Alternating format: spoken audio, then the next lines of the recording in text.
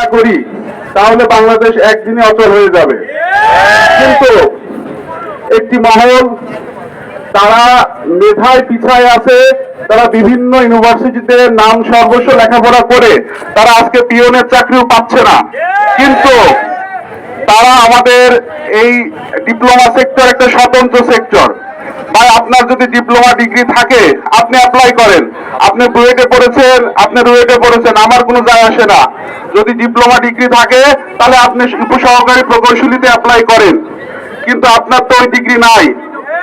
আপনার যদি ওই ডিগ্রি না থাকে তাহলে আপনি ওই পোস্টে কিভাবে অ্যাপ্লাই করবেন?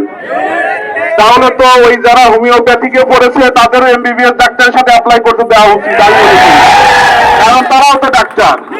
তাদের ওই হসপিটালে 2টা করে চেম্বার থাকা উচিত। এই বৈষম্য আমরা মানব না।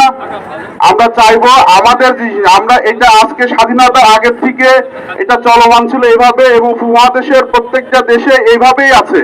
কোনো জায়গায় ওই ডিসক্রিমিনেশন নাই। এজন্য আমরা আমাদের যে অধিকার, আমরা তো এক্সট্রা কিছু চাচ্ছি না, আমরা শুধু চাচ্ছি আমাদের অধিকার অটুট থাকুক। আমাদের এখানে আমাদের পোস্টে আমরা কাউকে আসতে দিব না, এবং এইটা সংরক্ষণ করার জন্য যে কোনো উপায়ে যে কোনো মূল্যে আমরা আন্দোলন চালিয়ে যাব ইনশাআল্লাহ। ধন্যবাদ সবাইকে।